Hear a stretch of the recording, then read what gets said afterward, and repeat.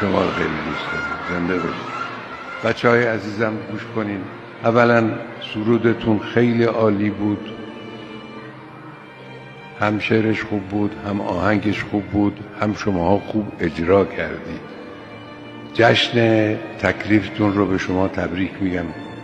دختران عزیز، نوگلان عزیز من، با خدا دوست بشید.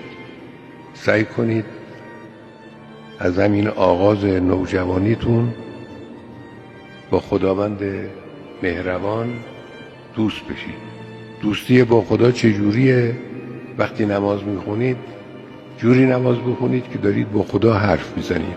این میشه دوستی با خدا. الله اکبر.